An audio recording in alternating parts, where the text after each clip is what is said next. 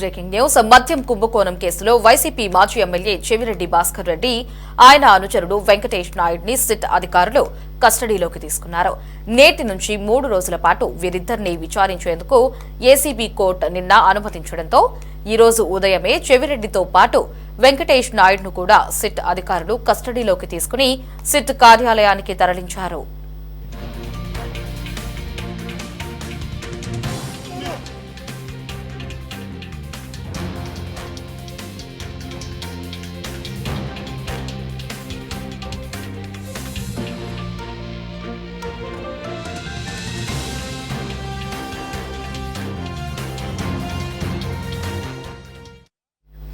అయితే కస్టడీలోకి తీసుకునే సమయంలో మరోసారి జైలు దగ్గర చెవిరెడ్డి హల్చల్ చేశారు. సిట్ కార్యాలయానికి తరలించే సమయంలో తనపై తప్పుడు కేసు పెట్టారంటూ అరుస్తూ వచ్చారు.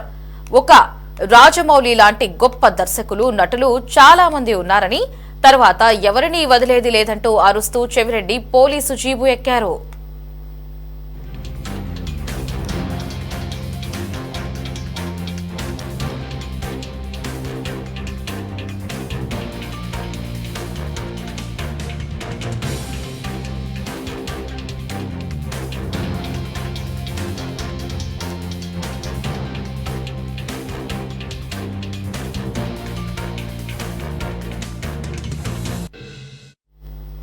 చెవిరెడ్డి భాస్కర్ రెడ్డి ఆయన అనుచరుడు వెంకటేష్ నాయుడిని ఇవాల్టి నుంచి సిట్ 3వ తేదీ వరకు ప్రశ్నిస్తుంది. ఉదయం 8 గంటల నుంచి సాయంత్రం 6 గంటల వరకు విచారించేందుకు కోర్టు అనుమతి ఉంది. అయితే మద్యం కుంభకోణం ముడుపుల తరలింపులో కీలక వ్యక్తులని అభియోగాలు ఎదుర్కొంటున్న చెవిరెడ్డి భాస్కర్ రెడ్డి, వెంకటేష్ నాయుడి విచారణ కీలకంగా మారింది.